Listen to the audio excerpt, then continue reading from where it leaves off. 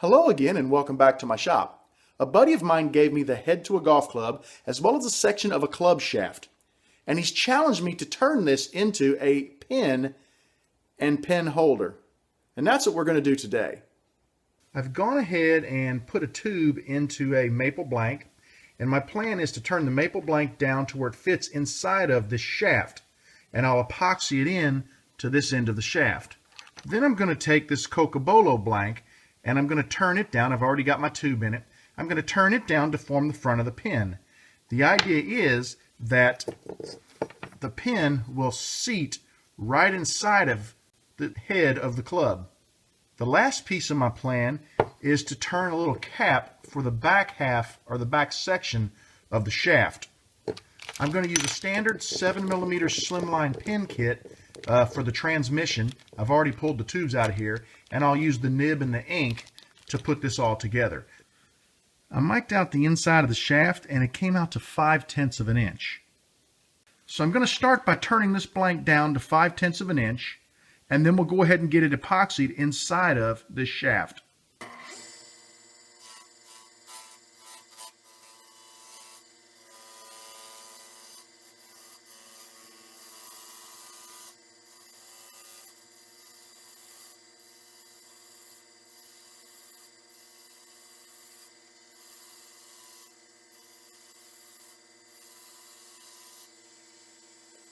We're going to pause frequently to check. Looks like we've still got quite a bit to take away from the blank before we're even close to 5/10 of an inch.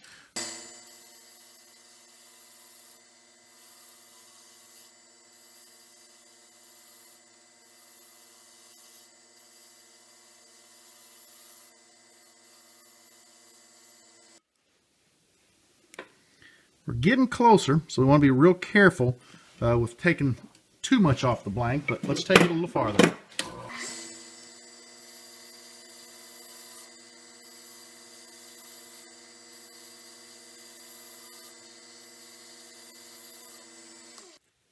I've taken the blank far enough down that I'm going to bring the club shaft over and attempt to fit this, and we're going to use that to make our final adjustments.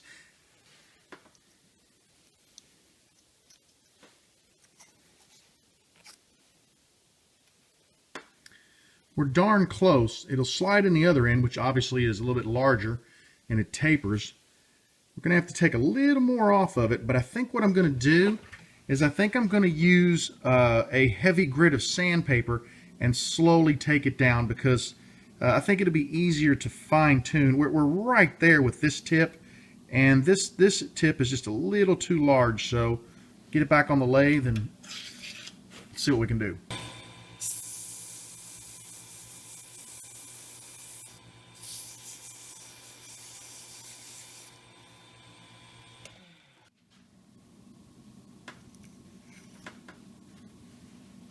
Look at that, we are right there. I think what I can do is put epoxy around this blank, and I'll go ahead and from behind I'll take a dowel rod or something and give it just a little bit of a nudge to push it into position. But I think that's going to work out really well.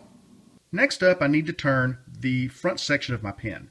There is one additional thing I wanted to show. This is a standard 7mm bushing. I'll be using a slimline pin, and as you can see there's some play, and it slides right down inside of the club head. So what I'm going to do is turn my pin a little proud of the bushing. I'll taper it at the end so I have a nice fit with the cap, but I'll turn it a little proud of the bushing so that hopefully I can get a nice fit in here without a whole lot of play in the pin when it's setting in the holder.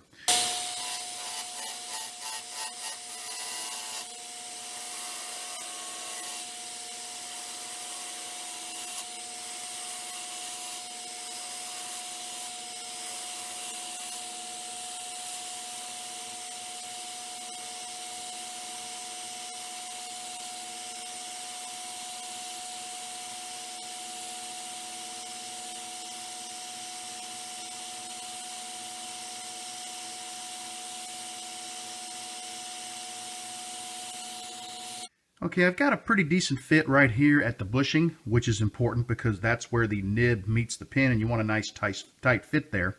I'll clean the rest of that up with a little bit of sandpaper. It is just dead on. I left it tapered, the blank tapered a tiny bit. So what I'm going to do is I'm going to do some testing. I'm going to see how this fits into the head of the club, and that'll determine how much more I take away from the pin. So let me get the club head and try that out. Okay, kind of tough to see here, but there we go. I'm only barely getting inside the club, so I'll press a little bit.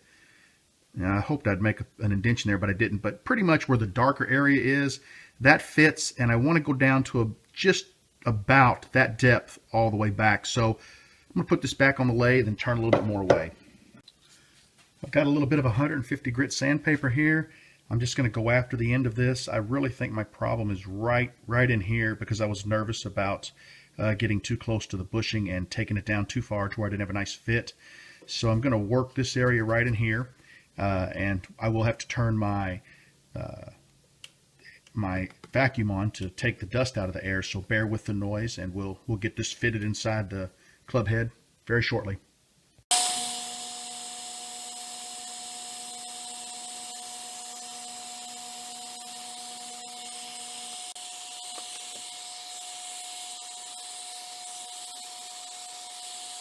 As you can see, I'm going all the way down inside of the club head now, and I'm seating against a little lip down in there. I'm really happy with that fit, and I have no play. So what I'm going to do now is, you can see by sanding aggressively, I don't know how well you can see that, but I've put quite a bit of scratches in the blank. I'm going to go ahead and sand with the grain to remove those scratches, and then I'm going to go ahead and move through my grits, and I'm going to flip my blank each time as I sand, in order to give a more even sanding on the blank. I'm not going to record the sanding process. I'll come back when it's sanded, and then we'll start talking about finishing it and getting it trimmed to the proper size to fit into the head. I've got the blank sanded down to 400 grit. I went ahead and laid a piece of white towel behind it so you could see it a little easier, because it is kind of dark, and this sort of reflects the light and makes it a little better. I've got all the scratches out of the blank. I'm real happy with it. What I'm going to do is clean it real quick with a little bit of denatured alcohol. I like to start off by rubbing with the grain. You can see a lot of dirt coming off of it, or not really dirt, but residue, we'll call it. And now what I'm going to do is flip this over, turn it on, and just clean the blank thoroughly this way. And you can see just how gorgeous that blank's going to look. Of course, that alcohol is already drying. I'm going to go ahead and get this sized to the proper size that I need for the club head. And once we work through that, we'll get a finish put on it. I think the best way to size the front half of my blank for the pin is to go ahead and install the nib. Then we can drop it down into the head of the club, get a line drawn where the blank needs to be cut. I'll knock the nib out with one of my removal tools, my punches, and I'll get this cut. I'll get the cut area cleaned up, then I'll get it back on the lathe and get it finished, where we can go ahead and assemble it for the final products. I've got the nib pressed in, and I am extremely happy with the transition from the blank to the nib. It's absolutely perfect. You can't feel anything right there at all. I mean, it's a nice smooth transition. So let's go ahead and drop it down in here. All right, and I'm going to take my pen, or my pencil, just twist the front half of the blank. I've got a nice line there, and I don't know how well you can see it. There you go. I'm going to go ahead and get this nib knocked out, and I'll show you how I do that, because I have never shown that before. But I'll get the nib knocked out of here, then I'm going to get this cut off, and we'll clean it up and finish it. I've selected a punch from my set of punches that fits perfectly into the tube. Now what I'm going to do is, I bought a set of these, and if you're going to use the punches to disassemble pins, I strongly recommend buying a set of these. I don't remember what I paid for them, but the nice thing is you can grab the pin just above the part, clamp them down. Let me slide this back a little bit. I'll drop my punch in there. Very light taps, and my part has been effectively removed from my pin. These are great for gripping the blank, and you'll notice they didn't do a single bit of damage because of the nice thick layer of rubber on them. So I've got my piece cut, and I've got the end of it cleaned up. What I'm going to do now is go ahead and get the CA glue finish put on it, And once the finish is on, I'll come back and I'll press the tip in, or the nib, and then we'll continue to do some more sizing drills with the back half of the pin, or I'm sorry, with the club head, to make sure we have a nice smooth fit so that when we put the shaft against the club head, it's flush. I've got my Cocobolo blank back on the lathe and I'm ready to put a finish on. I'm just going to use a little bit of CA glue. A couple of things I'll go over real quick. Every time I do a pin, I always get asked, what are those white things on either end of your blank? These are some high density polyethylene HDPE bushings that I made. I bought the rod off Amazon and cut it to 3/4 of an inch and then just tapered it down to where it meets the blank. The CA glue will stick to these, but not really bad. What I have an issue with is if I leave my bushings up there and I put CA on with my bushings next to my blank, occasionally I will glue my bushings to my blank and you stand a chance at chipping the ends of the blank, the CA off the ends of the blank when you remove the bushings. Not to mention you also add layers of CA to your bushings, which makes them thicker so that you don't get the perfect sizing the next time you make a pin. So I like to use these. They basically just detach, just twist right off, and I don't have any issue with breakage of the CA glue at the end. And the other thing I want to point out is my finger. It is not injured. This is just some painter's tape, and I put this on here because when I apply my CA glue, that's the finger that I use, and if any of the CA soaks through the towel, it does not get on my finger, so my finger doesn't get a buildup of CA glue. If it happens to be damp, you could get a burn from the CA. It will burn you and blister you, but this protects my finger, and when I'm done, I just cut that off, throw it away, and but that's a couple things I want to point out. So I'm going to go ahead and start applying some CA to my blank. First couple of coats I'm going to drool on. That's because Cocobolo has some heavy grain in it, and this will let the CA glue get down into the grain and sort of seal that so that when I polish it, there are no divots for the polish to build up in and leave an unsightly looking pin. Okay, she's already dry. Dries pretty quick the first coat, so let's put a couple more on. I've laid down 4 heavy coats of CA, and the blank is looking really good. I'm going to go ahead and run through my micro mesh pads. I won't do that on camera, but I'm going to run through the micro mesh pads, put a light sanding on here, come back, and we're going to apply a few more coats and see how she looks. I sanded the blank down with the micro mesh. It just basically makes it dull. I don't push really hard when I'm cleaning up CA glue. You don't want to actually cut through the CA glue. You just want to take any rough sections or areas off, and it feels as smooth as a piece of glass.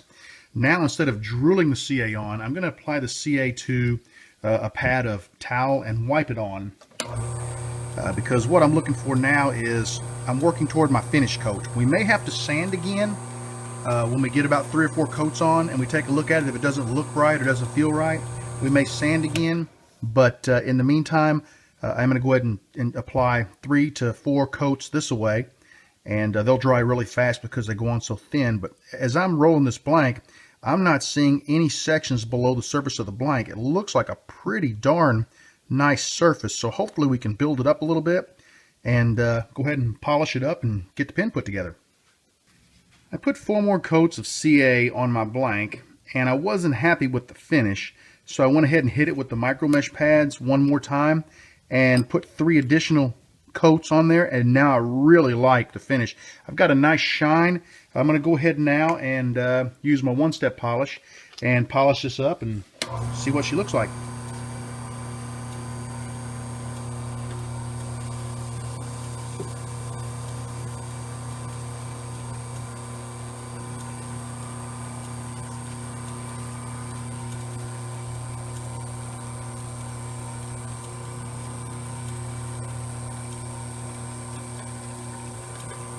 And I think it turned out absolutely beautiful. It just shines. I really like it. I'm going to go ahead and get this assembled and get the ink cartridge in there and get that adjusted, and we'll move on to the next step. All right, here's the front piece of the pin with the nib pressed in. We're real happy with how that looks. As I insert it into the head of the club, you'll notice there's a tiny bit, ever so tiny bit of a lip that's extending past there. And I'm assuming that's because the taper on the nib kept it from dropping all the way down into the head. That's not going to be a problem. I'm going to take that out of there, and it looks like about a, I don't know, 1/16 of an inch. I'll just sand that off, and when it's level with the club, I'll be able to go ahead and install the transmission and work on the ink refill. I've done a little bit of sanding, and I have cleaned up this edge, and now when I drop it into the head of the club, you can see that it's just slightly below the surface, which is what I want. That will hopefully allow the top part of the shaft to seat tightly against the club head. So I'm going to go ahead and get the transmission installed and get it the ink cartridge adjusted, and we'll move on to working with the shaft of the club and getting that all put together. Normally when you insert a transmission into a pin, you take it up to about this little line here. I know it's kind of hard to see, but there's kind of a little indentation. I'm only going to put the brass up to the end of the brass fitting because I don't want to go too far into the front section of the pin, and then I'm going to come back and adjust my ink refill so that it fits properly and basically can retract and eject properly from the tip of the nib of the pin. I'm very happy with how the transmission went into the pin, and it turns very freely and very easily, so that's good. Here's what I'm referring to when I say I need to adjust the ink refill. This little piece on the back here of the ink refill has some threads on it. Tough to see probably in the video, but this is a standard Parker refill, and this threaded piece threads into the end of this transmission. So as I drop it into the transmission, that's all the farther in that it goes because I have such a short barrel here. So what I'm going to do is I'm going to cut this off and adjust it to where this can screw into the transmission and properly eject and retract the ink refill. So I'm just basically going to draw a line on there where I think it needs to be cut, and then I'm going to take it and cut it off and sand the end a little bit to take any burrs off. Here's my refill. After I shortened it, I ended up taking just about 1 inch and almost 1/4 off of the refill, and I was nervous about doing it because I didn't know how far up in here the ink actually was, and I was worried I would cut it and end up with ink everywhere, but it worked out fairly well. Now it slides right inside the pin. We can screw it into the transmission, and as you can see, it ejects and retracts perfectly. Now it's time to go ahead and epoxy the back half of the pin into the shaft, and I've gone ahead and mixed up a little bit of 5-minute epoxy, and I had marked my back of my pin which end goes in first. So I'm going to go ahead and just spread some of this epoxy around on the pin or on the blank.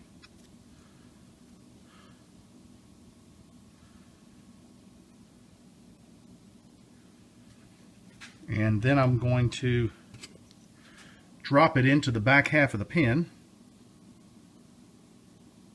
trying not to make a huge mess here. I've got a dowel rod, and I'm going to push it right down to the end where I want it, just shy of the pin. And now we're going to set this aside and let it dry for a while. I mic'd out the back end of the shaft so I can make a cap for it, and it came out to just shy of 5/10 of an inch. So what I'm going to do is get this blank trued up. It's a little piece of maple. Once I get it trued up, I'm going to cut a tenon down here to 5/10 of an inch, or basically just shy of 5/10 of an inch. And then I'm going to cut a little button, and the button will actually be, and I haven't measured it yet, but the outside dimension of this shaft, and then it'll just kind of curve over like the button on the back of a golf club.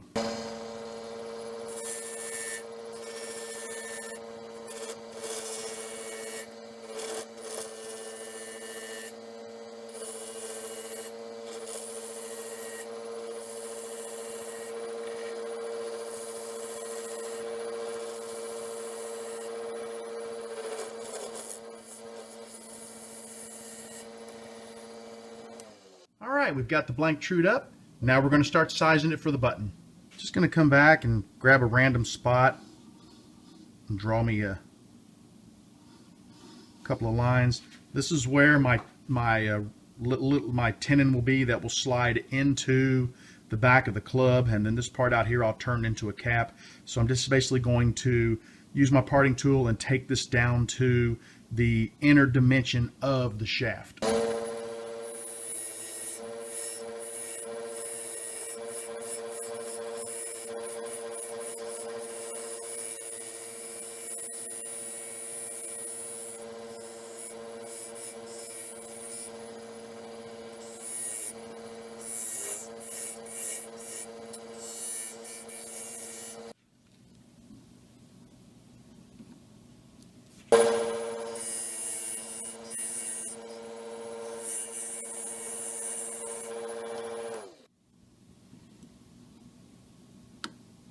All right, it looks like I've got the tenon for my button size properly. Now what I want to do is mic out the outside dimension of the shaft and turn this part down to the outside dimension so that we can then start rounding it over and forming a button. And it looks like the outside dimension is slightly over 5/10 of an inch. So let's get this turned down.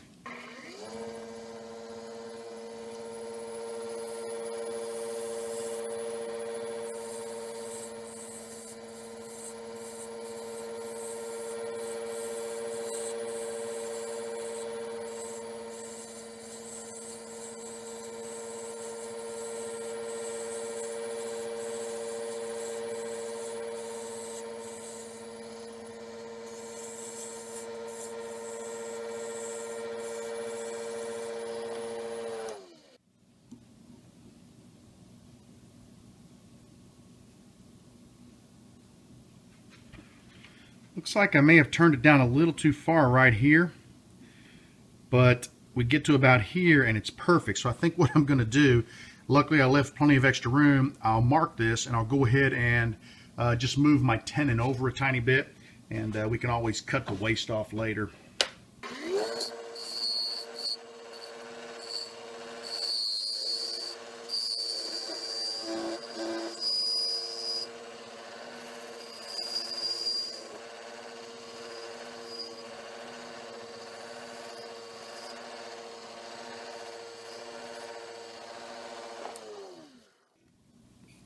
I think that looks pretty good. I cut that back a little bit. What I want to do is get this sanded, but before I sand, I'm going to drill a hole right down the center of it, because every golf club I've ever seen, the cap at the end of the shaft always has a hole in it. So we're going to do that real quick, and then we'll sand this down and get it ready for paint. I've grabbed an 1/8 inch bit and put it into my Jacobs chuck. One issue though, my Jacobs chuck is a #1 Morse taper, and my lathe is a #2. So what I'm going to try to do is just hit center and follow it on through.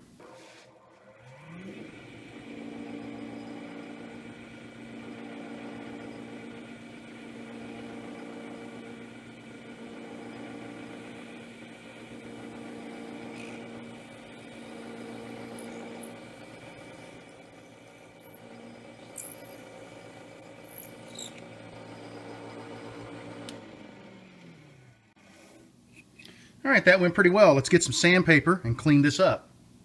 I'm just going to run through the grits from 150 down to 400. Just clean this up. I don't want to sand a lot away. I'm just going to kind of, lightly clean it. And once we're done, then we're going to paint this with a black acrylic paint. So I'm not going to film the sanding part. You've all seen sanding before, so I'm going to flip the camera off and I'll come back when she's done and ready to be painted. Got the buttons sanded down. I didn't bother to sand this part because I want it to be rough, so that when I put the epoxy on there, it's got something to grip a hold of when it's gluing it inside the shaft. I've got a little bit of black acrylic paint. I'm just going to paint the knob or the button. Once the paint is dry, if it needs more than one coat, I'll add more than one coat. But once the paint is dry, I'll finish this with CA glue so that it doesn't chip off and it just kind of has a nice shiny appearance.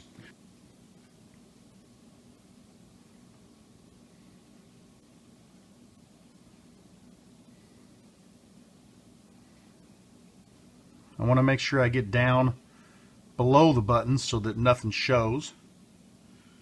Get a little more paint.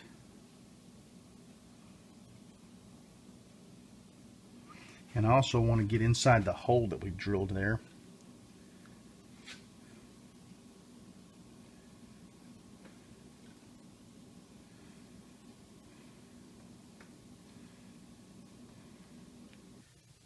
I've applied my CA glue and polished it out with my one-step polish. I'm real happy with how it looks. I'm going to go ahead and part this off, and then we'll glue it into the golf club shaft.